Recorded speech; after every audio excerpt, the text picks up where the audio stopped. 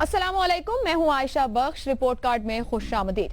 किसी भी रियासत की जिम्मेदारी अवाम को सहूलियात देना, उनको बेहतर जिंदगी देना ही बनता है, लेकिन हमारे यहाँ कुछ और ही तरह का निजाम दिखाई देता है। अवाम हजारों रुपए खर्च करते हैं, सरकारी एयरलाइन का टिकट लेते हैं और जब एयरपोर्ट पहुंचते हैं तो पता चलता है एयरलाइन का जो वक्त और जो जगह बताएगी वो सब कुछ मंसूख हो चुका। वहां एक और ही किस्म का कोई तनाज़ा चल रहा है। गुज़िश्ता चंद दिनों में 60 से ज्यादा परवाजें पीआईए की मंसूख हो चुकी। पीआईए और पायलट्स की तंजीम पाल्पा के दरमियान तनाज़ा किसी तौर अब तक हल नहीं हो सका। मुज़ाकरात के दो दौर हो चुके, कई घंटों पर मुश्तमिल ये दौर रहे, लेकिन कोई हल नहीं निकल सका। पाल्पा की जानिब से मुतालबा किया गया था, डायरेक्टर फ्लाइट ऑपरेशन को मुअत्तल किया गया। इस तरह दो और मुतालबात यानी 3 मुतालबात फौरी तौर पर मंसूख कर दिए गए हैं मुशीर हवाबाजी की जानिब, और साथ ये भी कहा गया कि डिक्टेशन नहीं ली जाएगी। करोड़ों का नुकसान हो गया, अवाम शदीद मुश्किल में, लेकिन किसी तरह मसला हल होता दिखाई नहीं देता। अवाम यकीनी तौर पर यह नहीं जानना चाहते कि ज़िमनी इंतखाबात में क्या होगा, आया अल्ताफ हुसैन की जमानत हो रही है या नहीं हो रही। अवाम अपनी जिंदगी में सहूलत चाहते हैं, सुकून चाहते हैं, आसानी चाहते हैं, लेकिन रियासत किसी तौर अवाम को सहूलत देती, उन्हें मुतमईन करती दिखाई नहीं देती है। हुकूमत की तरफ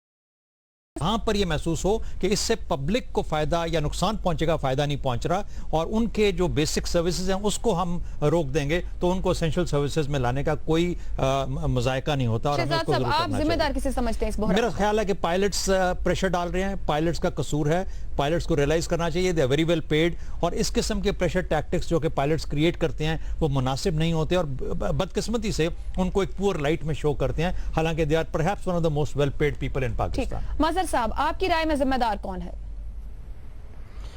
देखिए, बुनियादी तौर पे जिम्मेदार हुकूमत है। देखिए, जिस तरह पाकिस्तान स्टील का हशर कर रहे हैं हम और उसको तकरीबन तबाही की जानिब ले गए हैं हम, बिल्कुल उसी तरह पीआईए का भी ये हशर हो रहा है। और सिर्फ यही हुकूमत नहीं, साल से यूनियंस जो हैं वो बहुत सी जगहों पे इंतज़ामिया के लिए मददगार साबित होती हैं और हुआ है, ये एग्जांपल्स दी जा सकती हैं। एसेंशियल सर्विस होता है, एसेंशियल सर्विस एक्ट भी लाया गया, उसमें जिन जगहों पे ये लागू हुआ उन जगहों पे भी कोई मजदूरों की बेहतरी की तरफ नहीं तवज्जो दी गई। हो सकता है कि इस पर्टिकुलर केस में पायलट जिम्मेदार हों, लेकिन अगर आप ओवरऑल देखें तो क्या जब पायलट्स नॉर्मल तरीके से जो है फंक्शन कर रहे हैं तो क्या पीआईए की फ्लाइट्स नॉर्मल जा रही हैं? क्या पीआईए का फंक्शन नॉर्मल अंदाज में है? पीआईए को खसारा जिस हद तक हो रहा है उसके जिम्मेदार क्या पायलट्स हैं? तो अगर हम ओवरऑल सिनेरियो में देखें तो हमें पायलट उतने जिम्मेदार नहीं नजर आते जितनी इंतजामिया नजर आती है। यही वजह है कि हम इस इश्यूज को रिजॉल्व नहीं किया जा रहा। अर्जेंट बेसिस पे रिजॉल्व होना चाहिए इशू पे। आप एसेंशियल सर्विस कर लें इसको जब भी मसला हल नहीं होगा, क्योंकि खसारा तो एसेंशियल सर्विस करने से नहीं दूर होगा। तो मेरा ख्याल है ओवरऑल चीजों को देखना चाहिए। ऑप्शन चूज कर रहे हैं? मैं इंतजामिया का ऑप्शन चूज कर रहा हूं। सलीम साफी साहब, किस ऑप्शन के साथ जाएंगे? मैं भी ये समझता हूँ कि बुनियादी जिम्मेदार हुकूमत ही है, क्योंकि आप देखें कि ये जो हमारे हुक्मरान होते हैं वो किसी भी साइड के हों, वो ज़ाती कारोबार तो बहुत बेहतर चला सकते हैं।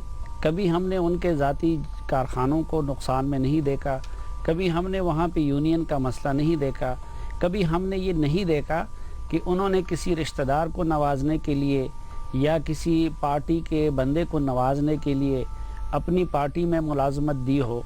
लेकिन जो सरकारी इदारे होते हैं वहाँ पे आके एक तो इनकी वो सारी सलाहियतें पता नहीं कहाँ चली जाती हैं, फिर यहाँ पे वो मेरिट और प्रोफेशनल लोगों की तकर्री की बजाय वो अपने लोगों को नवाजते हैं। किसी ने अगर कभी उस वक़्त उसने अगर फैसल रज़ा आबदी को नवाजना हो, किसी और को नवाजना हो, जिधर भी हो तो जरदारी साहब उनको उधर भेज देते थे। अब भी नवाज शरीफ साहब का भी ये मसला है कि अगर किसी ने सऊदी अरब के डील के सिलसिले में कोई रोल प्ले किया हो तो अभी आके उनको नवाजा जा रहा है। अब एक तो ये होता है कि जब आप किसी मंजूर नज़र बंदे को मुकर्रर कर लेते हैं या रिश्वत के तौर पे, तो फिर आप उनका मुहासबा भी नहीं कर सकते। तो मैं तो बुनियादी तौर पर जिम्मेदार हुकूमत को इसलिए समझता हूँ कि पायलट्स को ठीक करना और उनके मसलों को एड्रेस करना भी हुकूमत का काम है, और PIA इंतजामिया को ठीक करना और उनके मसाइल को एड्रेस करना भी हुकूमत का काम है। तो आप PIA इंतजामिया का ऑप्शन चूज कर रहे हैं?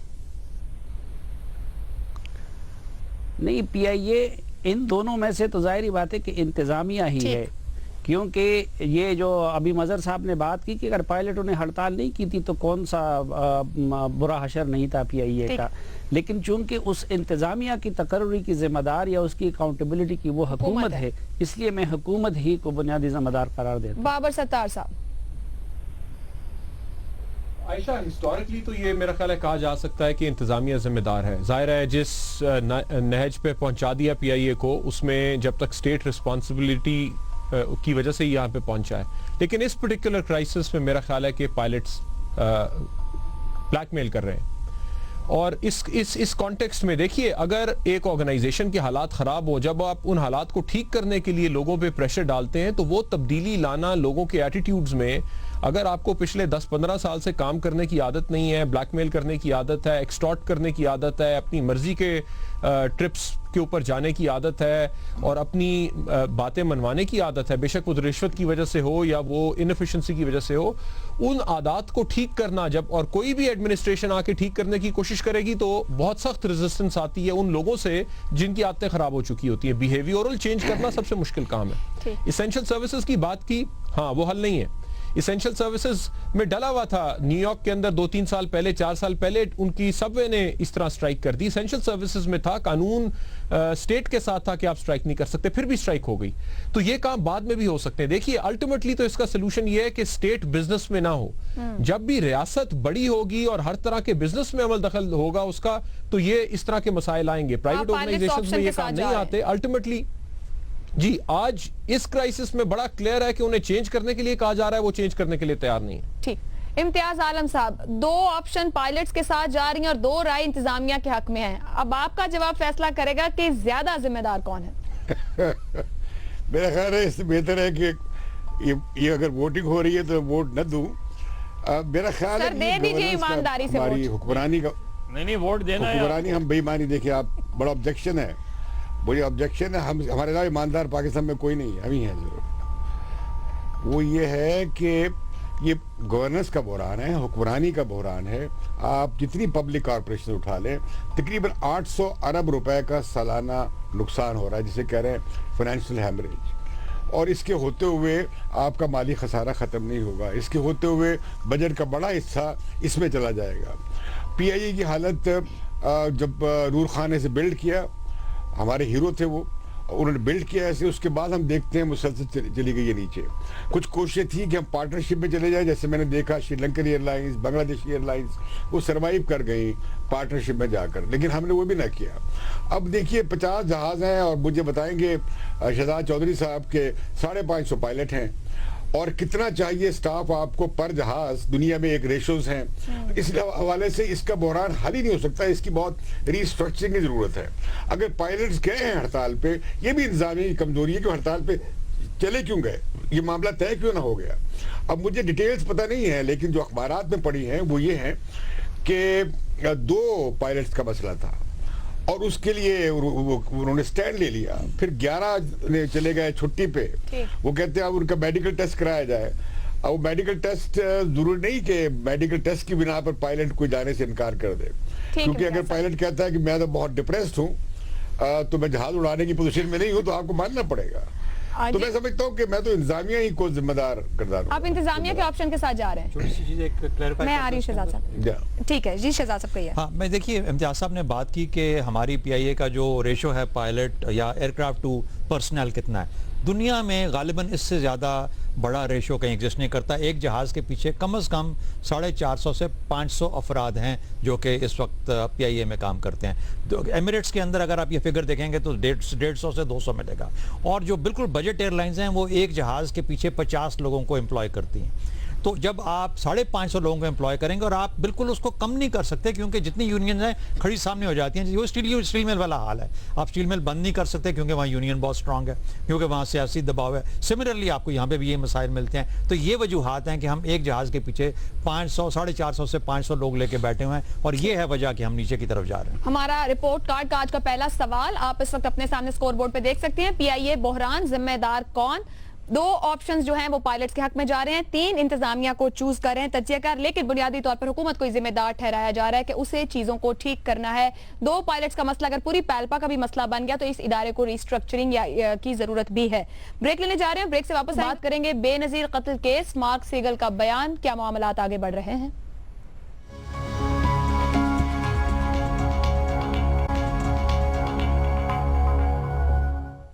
प्रोग्राम में एक बार फिर खुशामदीद। अमरीकी सहाफी मार्क सीगल ने बेनजीर भुट्टो कत्ल केस में अपना बयान रिकॉर्ड करवा दिया है, जिसमें वो ये बताते हैं कि साबिक सदर जनरल मुशर्रफ की एक कॉल से मुतालिक उन्होंने वजाहत दी और ये बताया कि बेनजीर भुट्टो को वादा खिलाफी पर उस वक्त के सदर ने सिक्योरिटी फराहम नहीं की, जिस पर बेनजीर भुट्टो को खुद भी बहुत तशवीश और वो परेशान थी। दूसरी जानिब साबिक सदर जनरल परवेज मुशर्रफ की जानिब से इस बयान को मुस्तरद कर दिया गया है। मार्क सीगल के इस बयान के बाद ये सवाल उठता है कि क्या बेनजीर के कत्ल की कुछ जिम्मेदारी साबिक सदर जनरल मुशर्रफ पर डाली जा सकती है। तज्जियाकारों से आज का दूसरा सवाल इसी मामले पर है, और सवाल पैनल इस तरह से है। बेनजीर कत्ल अदम सिक्योरिटी की बुनियाद पर क्या किसी सरबराह मुमलिकत पर मुकदमा बनाना दुरुस्त अमल होगा? तज्जियाकार हाँ या नहीं में से एक ऑप्शन चूज कर सकते हैं। गुफ्तगू करने के लिए आपके पास 1 मिनट का टाइमर होगा। उम्मीद है आप वक्त को फॉलो करेंगे। शहजाद चौधरी साहब, सबसे पहले आप। देखिए, इस सवाल पे हम पहले बहस कर चुके हैं जब मार्क सीगल के बयान के बारे में बात हुई थी, और बाबर सत्तार साहब ने, मुझे याद पड़ता है, बड़ा बेहतर तरीके से इसको हमें एक्सप्लेन किया था कि जब एक शख्स अपनी ज़िंदगी के अंदर ये फैसला कर दे कि ये 3-4 लोग मेरे कत्ल के बारे में जिम्मेदार होंगे, तो लीगली उसकी कोई हैसियत नहीं होती जब तक कि वो वक्त मर्ग इस किस्म का बयान ना आए। तो वो कोई डिफरेंट लीगल उन्होंने बताई थी बात, जो कि बिल्कुल एक कॉमन सेंस बनाती थी और हमें बताती थी कि असल में किस तरीके से उसको देखना चाहिए। मार्क सीगल ने बयान दिया है, क्रॉस एग्जामिनेशन अभी बाकी है। जब तक क्रॉस एग्जामिनेशन नहीं हो जाती उसकी लीगल पोजीशन अपने तौर पे इस्टेब्लिश शायद उस लेवल में नहीं होती जिस तरीके से एक एविडेंस के तौर पे या एक स्टेटमेंट के तौर पे आती है। एक तो ये बात है। दूसरा, देखिए, जहां तक हम जब उनके बयान की बात करते हैं बेनजीर भुट्टो साहबा के, तो उन्होंने 4 लोगों का नाम लिया था। उनमें से एक जो थे चौधरी परवेज इलाही थे, जिनको के पाकिस्तान पीपल्स पार्टी ने के दौर में जरदारी साहब ने डिप्टी प्राइम मिनिस्टर बना के अपने साथ रख लिया था, यानी वो वहाँ पे पाक साहब धुल के ऊपर आ गए। एजाज शाह साहब को हमारे निज़ाम ने, ब्रिगेडियर एजाज शाह उसके साथ एक और शामिल थे, उनको एजाज शाह साहब को हमने PTI की तरफ से इलेक्शन लड़ के इजाज़त देने के बाद ये साबित कर दिया कि वो भी पाक साफ हैं। अच्छा, अब उसके बाद पोस्ट फैक्टो अगर हम इस किस्म के बयानात या इस किस्म की चीज़ के अंदर जनरल मुशर्रफ में I hold no brief for him, लेकिन मेरा ख्याल है कि उनको इस बुनियाद पे कि बेनज़ीर भुट्टो साहिबा का बयान था या मार्क सीगल ने भी जो बयान दिया है या अदम तहफ़्फ़ुज़ की वजह की बुनियाद के ऊपर उसको बेसिस बनाया जाए, मेरा ख्याल है वो बात बनती नहीं है। इसके और बहुत से ताने बाने हैं, गालिबन हम वहाँ पे अभी तक पहुँचे नहीं हैं। इसके अंदर मेरा ख्याल है कि उनके अपने पर्सनल स्टाफ, रहमान मलिक साहब का बड़ा इंपॉर्टेंट रोल उनके साथ मौजूद थे, उनका क्या रोल था, जरदारी साहब के क्या कनेक्शन, ये चीज़ें अभी तक इन्वेस्टिगेट नहीं हो पाई और मेरे ख्याल में वहाँ पे हमें बहुत कुछ मिलने की भी उम्मीद हो सकती है। शहजाद साहब नहीं का ऑप्शन चूज जी, मैं समझता हूँ नहीं। जी मजहर साहब, आपकी राय?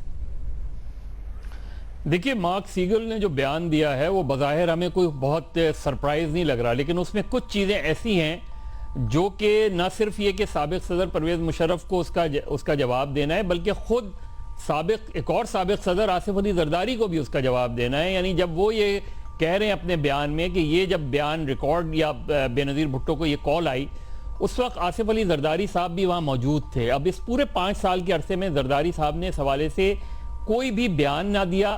इवन जो UN कमीशन भी आया था उसके सामने भी उन्होंने बयान नहीं दिया।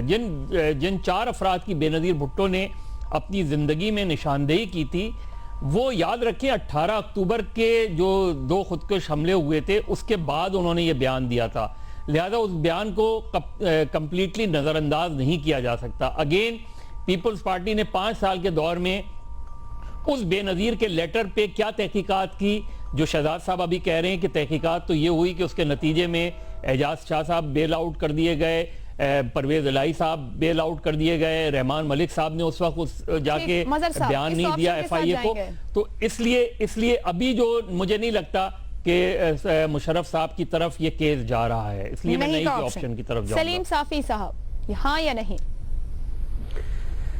जवाब तो मेरा नहीं में है, और उसकी वजह यह है कि एक तो मेरा अपना ज़ाती तौर पर यकीन है कि जो काम हुआ था बेनज़ीर भुट्टो साहबा को मारने का, वो बैतुल्लाह महसूद ही ने किया था अलकायदा के कहने पे, और उस वक्त के जो हालात थे उसमें मैं कहीं पे भी ये मुझे इम्कान नज़र नहीं आता कि परवेज़ मुशर्रफ साहब और अलकायदा या TTP की क़यादत की किसी भी हवाले से कोऑर्डिनेशन या कोऑपरेशन हुई हो। दूसरी बात यह है कि अगर इस बुनियाद पे मुशर्रफ को ज़िम्मेदार करार दिया जाए तो फिर अभी खानज़ादा साहब के कत्ल के लिए शहबाज शरीफ को ज़िम्मेदार करार दिया जाएगा, फिर तो मुर्तज़ा भुट्टो कत्ल के लिए बेनज़ीर भुट्टो को ज़िम्मेदार करार दिया जाएगा। अभी जो KP में 2 वज़ीर कत्ल हुए उसके लिए परवेज़ खटक साहब को ज़िम्मेदार करार दिया जाएगा। तीसरी बात यह कि ये मार्क सीगल जो है ये बुनियादी तौर पर लॉबियस्ट हैं, और ये लॉबियस्ट झूठे भी होते हैं और साजिशी भी होते हैं, और इस शख्स का इस मामले में मेरे ख्याल में पोजीशन नंबर 1 है खुद अमेरिका के अंदर भी। इसने इस तरह की बातें उधर क्यों नहीं की? दूसरा, उस पर कोई यकीन नहीं कर सकता कि क्या परवेज़ मुशर्रफ साहब ने मोबाइल उठाया और उस वक्त जबकि जरदारी साहब भी बैठे हुए थे और बाकी लोग भी, और उन्होंने बेनज़ीर भुट्टो को फ़ोन किया, अब वो क्या और तरीक़ों से ये मैसेज नहीं कन्वे कर सकते थे? परवेज़ मुशर्रफ को पता नहीं था कि उनका फ़ोन भी टैप होगा, बेनज़ीर भुट्टो साहब का भी टैप होगा? और उससे भी बड़ी बात यह है कि अगर जरदारी साहब के सामने हुई थी तो जरदारी साहब की गवाही ज़्यादा मुस्तनद है या कि मार्क सीगल की ज़्यादा मुस्तनद है? और उससे भी बड़ी बात ये कि जब मुद्दई सुस्त हैं तो हम गवाह चुस्त क्यों बने? जब जरदारी साहब कुछ नहीं कहते, रहमान मलिक साहब कुछ नहीं कहते, बिलावल भुट्टो कुछ नहीं कहते, तो हमें क्या पड़ी है? इसलिए मैं नहीं समझता कि इस मामले में परवेज़ मुशर्रफ साहब को या रगड़ा देना चाहिए या वो उनको इस मामले में कुछ हो सकता है। बाबर सत्तार साहब। आयशा, कानूनी पोजीशन तो ये है, एक आर्टिकल 248 है हमारे कॉन्स्टिट्यूशन में जो ये कहता है कि आपके जो भी सरकारी अमाल हों उसके बेसिस के ऊपर कोई क्रिमिनल लाइबिलिटी नहीं इस्टेब्लिश हो सकती। इसमें से जो एक्सेप्शन है वो मैलाफाइडी एक्शंस की है। सो अगर हम ये शहादतों के बेसिस के ऊपर ये इस्टेब्लिश कर पाएँ कि जनरल परवेज़ मुशर्रफ ने खाली कोताही नहीं की कि सिक्योरिटी नहीं प्रोवाइड हुई, बल्कि वो इस कंस्पिरेसी के अंदर शामिल थे, क्योंकि मुकदमा तो ये बनेगा ना कि जनरल परवेज़ मुशर्रफ ने कुछ ऐसे एक्शंस किए जिसकी वजह से बेनज़ीर भुट्टो की जान चली गई। तो ये जो मार्क सीगल का बयान है उससे ये इस्टेब्लिश नहीं होता। आपको फिर आगे जाना पड़ेगा, आपको फिर वो रिकॉर्ड निकलवाना पड़ेगा कि अच्छा ये उन्होंने धमकी तो दे दी, उसके बाद क्या उन्होंने मना कर दिया इंटीरियर मिनिस्ट्री को या लॉ एनफोर्समेंट एजेंसीज को कि आपने सिक्योरिटी नहीं प्रोवाइड करनी, और किस तरह से वो इस कंस्पिरेसी में शामिल थे। और चूंकि पीपीपी की गवर्नमेंट थी, सिविलियन लॉ एनफोर्समेंट एजेंसीज का रिकॉर्ड तो उनके सामने होगा, तो अगर ऐसी कोई बात होती तो कम से कम कोई एविडेंस तो सामने आना चाहिए था उस वक्त। कोई एविडेंस सामने So, नहीं मेरा आया। भी वापस जवाब आप भी नहीं में है इस ठीक इशू है, पे। नहीं का ऑप्शन चूज करें। इम्तियाज आलम साहब, हाँ या नहीं? देखिए, मैं समझता हूं कि काफी ऐसे शवाहिद मौजूद हैं।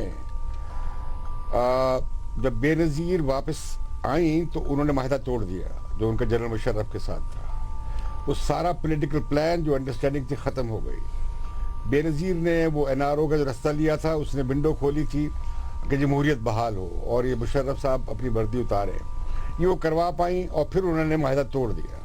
फिर वो चली गई चीफ जस्टिस साहब के घर पे झंडा लहराने के लिए भी। तो मैं समझता हूँ कि बेनजीर ने एक बहुत बड़ा माहिदा तोड़ा था, जिस पर वो ये जो सेगल का बयान है वो बड़ा इंपॉर्टेंट है। ये कैसे बात इंपॉर्टेंट नहीं है कि मुझे कत्ल किया जाना है और मैं कहूँ कि मुझे साफी साहब ने कत्ल करना है और मेरी कब्र से भी आवाज आएगी कि साफी साहब मेरे कातिल हैं। अस्तगफिरुल्लाह, कोई माफी चाहता हूँ। इम्तियाज साहब, मैं आप नेम इस्लामाबाद कर रहा गए होंगे, हूँ थोड़ी और एहतियात गवाह करें। मौजूद है कि भी क्या, आप कैसे, अब देखिए ना, अब ये मैंने और आप ना सत्तार साहब ने साबित करना है। ये तो मुकदमा तो होना चाहिए, अदालत ने फैसला करना है कि वो बेकसूर है या नहीं कसूर है। वो मुशर्रफ साहब अपनी सवाइयाँ पेश कर रहे हैं। अब बेनजीर मोहतरमा जो है वो बेचारी कब्र में है, वो तो अपनी इसके लिए आ नहीं सकती हैं। तो आप जाहिर है साहब और की जो बात लोग से गवाह मुत्तफिक मौजूद नहीं है होंगे, कि मुद्दई मैं सुस्त? समझता हूँ इसका गवाह चुस्त हो। लेकिन एक बात बता दूं आपको, उनके खिलाफ 100% शहादतें हो तब भी मुशर्रफ का कुछ नहीं होगा। इसमें आयशा एक तो अरे मैं ऑप्शन ले लूं, आप साफी साहब मैं आ रही हूँ, एक सेकंड दीजिएगा। और इम्तियाज साहब ऑप्शन क्या ले रहे हैं, हाँ या मेरा नहीं? हाँ में ऑप्शन है। ठीक है जी, हाँ साफी में साहब option। फरमाइए। हाँ हाँ, कि जो खुदा न खास्ता जो है इम्तियाज साहब के कत्ल के लिए कोई सोचे भी। अब अच्छा, मैं जल्दी करता हूँ कि आप कुछ करेंगे। अच्छा, दूसरी बात ये कि देखें, ये अगर इस बुनियाद पे होना, परवेज मुशर्रफ बेचारे के साथ मुआहिदा किसने नहीं तोड़ा था?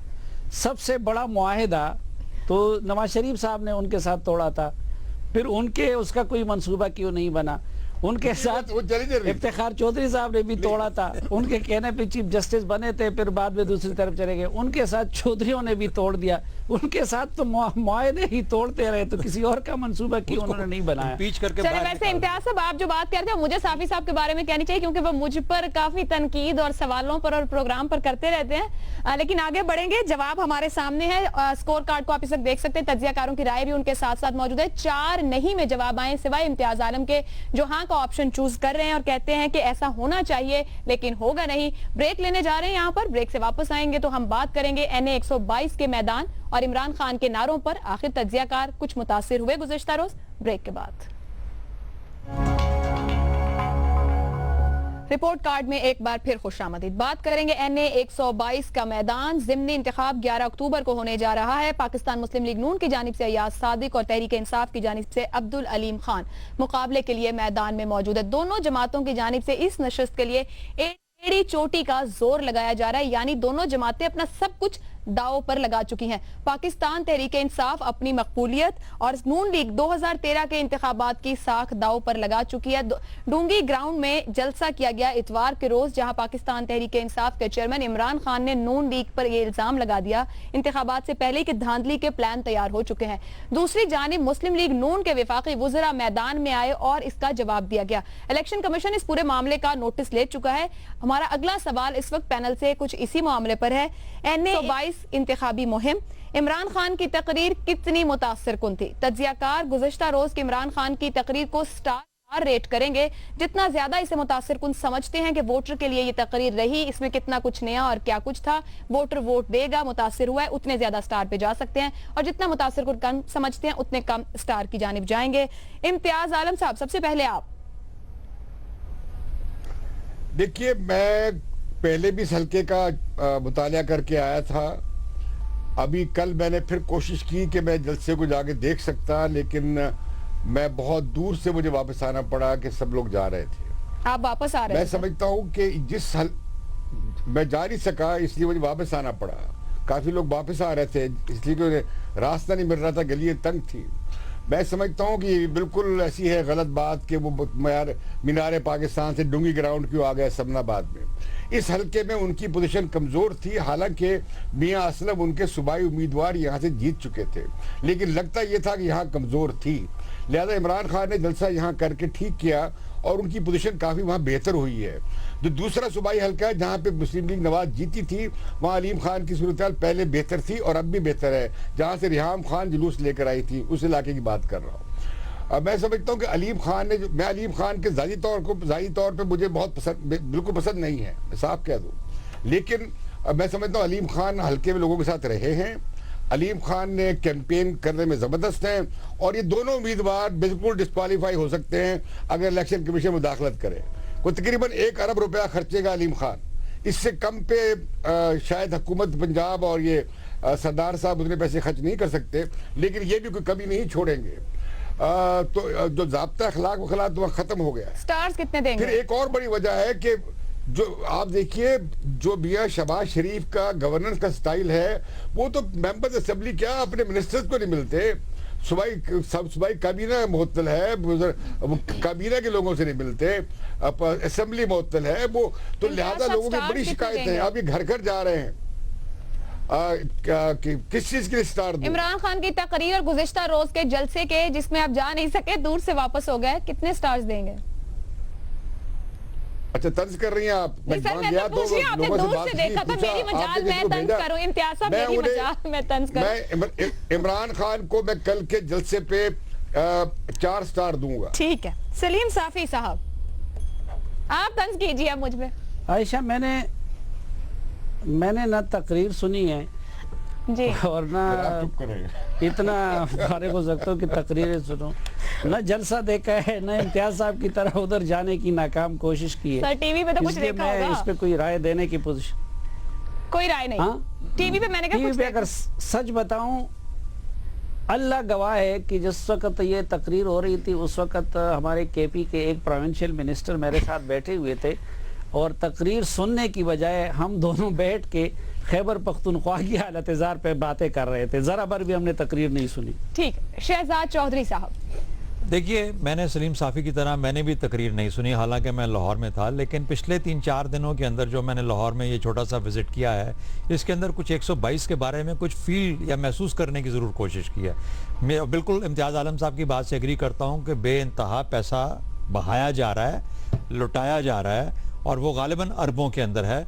और ऐसी भी रिपोर्ट्स हैं, कहा यह जा रहा है, यह आम यानी कहते हैं ज़बान ज़द-ए-आम है कि इस दफ़ा लोग नहीं खरीदे जा रहे, इलाके खरीदे जा रहे हैं। तो अब अगर इस किस्म की हकीकत है तो फिर दोनों साइड्स बहुत टेंस हैं, टेंटेटिव हैं कि पता नहीं कौन कितना पैसा खर्च करके अपने वोट जीत लेगा। अगर ये हालात हैं तो ये फिर जैसे कहते हैं ना कि it is a toss up in the air कि कौन सी साइड निकलती है। लेकिन बहरहाल अगर आप इमरान खान के बारे में मुझसे पूछना चाहते हैं तो इमरान खान साहब की जो तकरीर की जो स्किल्स हैं उसके बारे में मैं बहुत ज़्यादा उनका वो नहीं हूँ, फ़ैन नहीं हूँ। और वो जिस किस्म की एक डिसजॉइंटेड तकरीर करते हैं उसकी पॉसिबिलिटी किसी को इम्प्रेस करने की बहुत ही कम है।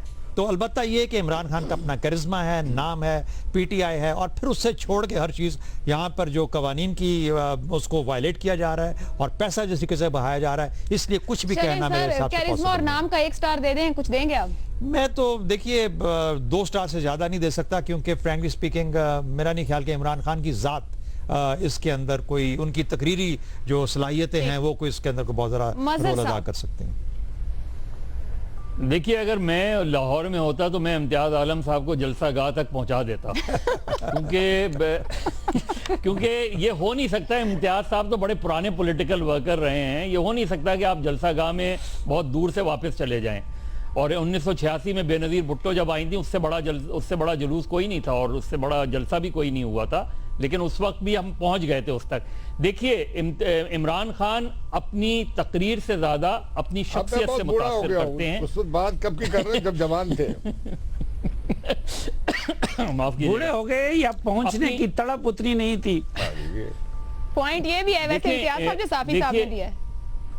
देखें, अलीम खान को एज इसलिए नजर आ रही है क्योंकि इस वक्त अयाज सादिक साहब की डिसएडवांटेज ये है कि मियां नवाज शरीफ या मियां शहबाज शरीफ कैंपेन नहीं कर सकते और इमरान खान कर सकते हैं, और इमरान खान मुसलसल कर रहे हैं। 9 तारीख को भी एक जलसा करने वाले हैं, और जाहिर है इमरान खान क्राउड पुलर हैं, खासतौर पे जो यंगस्टर्स हैं उनको अभी भी मुतासिर करते हैं। इमरान खान का पर्सनल वोट बैंक है और वो बहुत जगहों पे है, इसलिए अलीम खान को ये एडवांटेज ज़रूर होगी। लेकिन ओवरऑल PMLN का हल्का है, PMLN की गवर्नमेंट है, सूबाई और वफाकी, अगले लोकल बॉडीज इलेक्शन भी हैं। ये सारा अगर सिनेरियो रखें तो जाहिर है, और पंजाब की खास पॉलिटिकल साइकी रखें तो उसमें अब भी PMLN जो है वो इसे फाइट आउट करेगी। लेकिन जो इमरान खान की प्रेजेंस है उससे अलीम खान को फायदा पहुंच रहा है। स्टार मैं दो दूंगा, क्योंकि उसकी तकरीर के हवाले से आपने बात की, तकरीर में कोई इंकशाफ नहीं थे, और तकरीर मैंने सुनी पूरी, मुझे बहुत ज्यादा मुतासिर नहीं की उनकी तकरीर। चलें, बाबर सत्तार साहब, तकरीर सुनी, कितने मुतासिर हैं इमरान खान की तकरीर के स्किल से? नहीं है। देखिए, इमरान खान एक कैरिज्मेटिक लीडर हैं, इमरान खान एक सेलिब्रिटी भी हैं, और इमरान खान शायद पाकिस्तान के जो अभी लीडर्स हैं उनमें से सबसे ज़्यादा बड़े क्राउड पुलर है वॉलंटरी बेसिस के ऊपर। अब उनका कंपैरिजन अल्ताफ हुसैन साहब से नहीं कर सकते, लेकिन लोग आते हैं जब से हम 2011 से देख रहे हैं जितने बड़े जलसे PTI ने किए, और उस लेवल के जलसे और पॉलिटिकल पार्टीज ने नहीं किए। सो उस हवाले से तो उनकी एबिलिटी एक इस्टेब्लिश्ड है। तकरीर मैं एग्री करूंगा, बाकी लोगों ने भी बात की कि क्या ऑरेशन की उनकी एबिलिटी है। जुल्फिकार अली भुट्टो की हम तकरीरें सुनते रहे हैं, रिप्लेस भी हैं, वो लेवल नहीं है। ऑरेशन नहीं कर सकते, तकरीर अच्छी नहीं करते, लेकिन जो बाकी उनका एक सारा जो लोग उनके साथ हैं वो उनकी कोई भी बात सुनने के लिए तैयार हैं। सो इसलिए तकरीर के कॉन्टेक्स्ट में और उसके कंटेंट के हवाले से तो मैं खाली 2 नंबर ही दूंगा। जितनी भी हमने तकरीरें देखी उसमें यह नहीं है कि कोई नया रिफॉर्म प्रपोजल उन्होंने प्रेजेंट कर दिया हो, कोई नई ऐसी बात की हो कि सॉल्यूशंस बताए हो। वो वही बात करते हैं कि ये लूट मार कर गए, और अब ये कल भी उन्होंने वही कहा कि रिगिंग करेंगे, ये करेंगे, वो करेंगे। तो वो टिपिकल सी उनकी एक स्पीच है जो धरने के जमाने से चल रही है, वही उन्होंने कल की। सो वो तो कोई इतनी इंप्रेसिव नहीं थी। अल्टीमेटली इन दोनों पॉलिटिकल पार्टीज की नीचे की ऑर्गेनाइजेशनल एबिलिटी कितनी स्ट्रांग है, मेरा ख्याल है वो अल्टीमेटली डिटरमिन करेगी कि इलेक्शन वाले दिन कितने लोग ये निकाल सकेंगे। मैं दो स्टार से ज्यादा नहीं दूंगा। एक बात की मैं जरा वजाहत कर दूं, अगर आप अलाउ करें। जी कीजिए। वो जो साथ में जलसी हो रही थी जिसमें सरकारी मुलाजिम काफी ज्यादा थे और जिसमें कोई ट्रैफिक बंद भी नहीं हुआ था और 4 वजीर बोल रहे थे, उनकी तकरीरें सुनी आपने? आपने दानियाल का मीडिया की जानिब से तहकीकात हो किस चीज की, आपने उनकी बातें सुनी है? आपने अलीम खान की तकरीर सुनी कि कितनी वो उस हल्के के मुताबिक थी? मैं समझ बेस्ट स्पीच जो थी वो अलीम खान की थी वहाँ पे। आयशा, ये अगर आप और इम्तियाज साहब दोनों इजाजत दे तो मैं ये अर्ज करूं कि मैंने सुना है कि मियां नवाज शरीफ साहब 2-3 रोज के मुख्तसर दौरे पे पाकिस्तान आ रहे हैं, तो इसमें उनके लाहौर के किसी टूर का भी इरादा है, क्योंकि आप उधर हैं? सर ये उनका वो रोस्टर चेक करते हैं, वो इम्तियाज साहब इस्लामाबाद में ये चेक करके देंगे कि लाहौर साथ लेकर आ रहे हैं उन्हें या नहीं आ रहे हैं, क्योंकि फिर वापसी है बैरून मुल्क। आप दुरुस्त कह रहे हैं। हमारा सवाल था NA 122 इंतखाबी मुहिम, इमरान खान की तकरीर और जलसा कितने मुतासिर कुन थे? शहजाद चौधरी, मजहर अब्बास, बाबर सत्तार ने 2-2 स्टार्स दिए। सलीम साफी साहब इस दौरान खैबर पख्तूनख्वा के मसाइल पर तबसरा करते रहे, कोई स्टार्स नहीं दिए, उन्होंने तकरीर नहीं सुनी। इम्तियाज साहब सबसे ज्यादा पुरुमीद और मुतासिर हुए, 4 स्टार्स दिए। आगे बढ़ेंगे, बात करेंगे अपने सेगमेंट में पाकिस्तान तहरीक इंसाफ के चेयरमैन इमरान खान और अहलिया रेहाम खान से मुताबिक गुज़िश्ता कुछ दिनों में अफवाहें गर्दिश में रही, वो उस तरह से दिखाई भी नहीं दी पाकिस्तान तहरीक इंसाफ की एक्टिविटीज के दौरान, और कुछ ट्वीट भी दिए गया कि वो नजर नहीं आएंगी। लेकिन गुज़िश्ता रोज डूंगी ग्राउंड के जलसे के दौरान वो दिखाई भी दी, भरपूर अंदाज में मौजूद रही, खवातीन के साथ थी। तो क्या ये एक और इमरान खान का यू टर्न होगा? इसी मामले पर आखिरी सवाल इस तरह से है, रेहाम खान की सियासत में फिर वापसी, क्या इमरान खान का यह यू टर्न पाकिस्तान तहरीक इंसाफ के लिए सूदमंद यानी फायदामंद होगा? हाँ या नहीं में तज्जियाकार जवाब देंगे। प्रोग्राम का वक्त कम, 30 सेकंड में आप अपने दलील या जो भी बात कहना चाहें साथ कह सकते हैं। शहजाद चौधरी साहब। देखिए, एक तो मैं ये बताऊं कि जब से मेरा मीडिया के साथ ताल्लुक कायम हुआ है, जिसमें 7-8 साल हो गए मुझे, मैं बहुत इम्प्रेस्ड हूँ मीडिया से। और मीडिया के अंदर जो पावर की जो सेंस है, ये कमाल का सेंस है। और मेरा ख्याल है कि जितना मीडिया के लोग पावर को एंजॉय करते हैं और उसको इस्तेमाल करना जानते हैं, वो भी बहुत कम लोगों के पास इसकी शायद फहम होगा। उस लिहाज से मैं रेहाम खान की जो फॉर्मर जो आगे फ्यूचर है उसके लिए मैं उसको उनके हक में प्रॉमिसिंग समझता हूँ। सिर्फ एक चीज़ उनको रोक सकती है और वो है चमक। अब वो किस किस्म की चमक कहाँ किसको रोकेगी ये मैं नहीं कुछ कह सकता, लेकिन मुझे लगता यूँ है कि रेहाम खान जो उनकी सहाफ़ती काबिलियत है और उनकी जो प्रॉक्सिमिटी टू पार है, ये कॉम्बिनेशन रेहाम खान के लिए तो बहुत फ़ायदेमंद हो सकता है, लेकिन शायद पीटीआई के लिए इतना नहीं। में जवाब मजहर अब्बास साहब।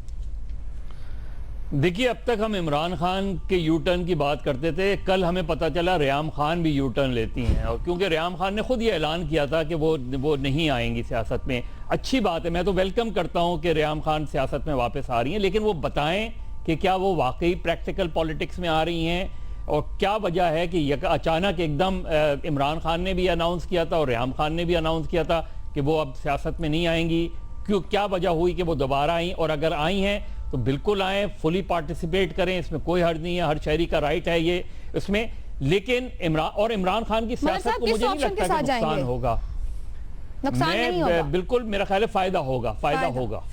आप कह रहे हैं हाँ में जवाब। सलीम साफी। जी मेरा हाँ में जवाब।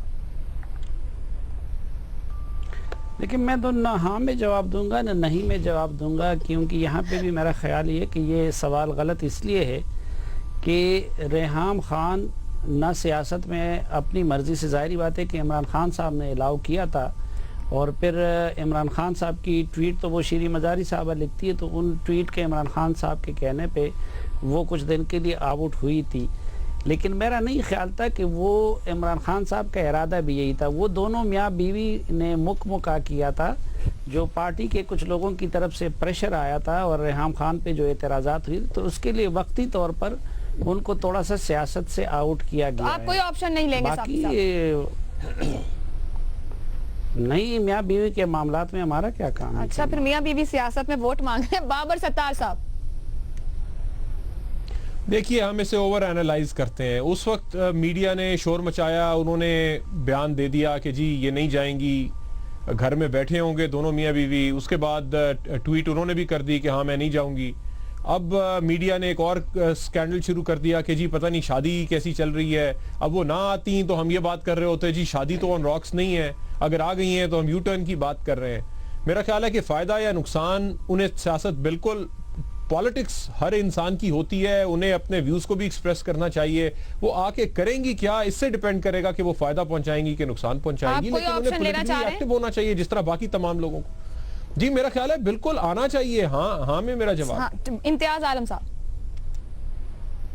देखिए, मैं एक बात की वजाहत कर दूं कि जो कल शेख रशीद ने वहां तकीद की कि 20-30 दिन के बाद लुटिया उलट जाएगी और ये हो जाएगा और तूफान आ जाएंगे, मैं कहता हूं कि इस हिसाब से लोग लाहौर के वोट देते वक्त सोचें कि ये अगर जीत इमरान खान की अगर हो रही है तो उससे जरिया ना बनाया जाए जमहूरियत को पटड़ी से उतारने का। ये जो इस तरह के बयान देते हैं तो एक तजिया अलग बात है कि वहाँ पे इलेक्शन में क्या होने जा रहा है। रही रेहान खान की बात, मैं समझता हूँ, मैं मुबारकबाद देता हूँ इमरान खान को इस यू टर्न पे। उनकी पहली पोजीशन गलत थी, वो औरतों के हकूक के खिलाफ थी, सिविल राइट्स के खिलाफ थी, बुनियादी हकूक के खिलाफ थी, औरतों के बारे में तासुब का इज़हार था। मुझे इमरान खान से हमदर्दी भी है कि उनकी पहली शादी भी मीडिया ने खराब की पाकिस्तान में। उन्हें पता नहीं क्या कुछ कहा गया जमामा खान को। अब उसके बाद ये जो शादी हुई है, हमें उनके लिए उनकी अच्छी जिंदगी की दुआ करनी चाहिए। इम्तियाज साहब, और दूसरी बात है, अगर जमामा खान नहीं है तो उसे वेलकम। इमरान खान के कुछ करीबी लोग हैं जो बंद हुए थे, इस तरह वो खराब कर रहे हैं, मीडिया को सिर्फ इस्तेमाल कर रहे हैं। ठीक, पार्टी के कुछ लोग हैं और उनके करीबी कुछ लोग हैं। ठीक, हाँ, आपके सामने है इस वक्त स्कोर कार्ड, आप देख सकते हैं। हमारा आखिरी सवाल, रेहाम खान की सियासत में फिर वापसी, क्या इमरान खान का ये यू टर्न तहरीक इंसाफ के लिए सूदमंद होगा? 3 जवाब हाँ में, 1 नहीं में, और साफी साहब ने जवाब नहीं दिया। आज का प्रोग्राम में देख लिया, तज्जियाकारों की राय जानी, फीडबैक हमें भेज सकते हैं। मुझे इजाजत दीजिएगा, अल्लाह हाफ़िज़।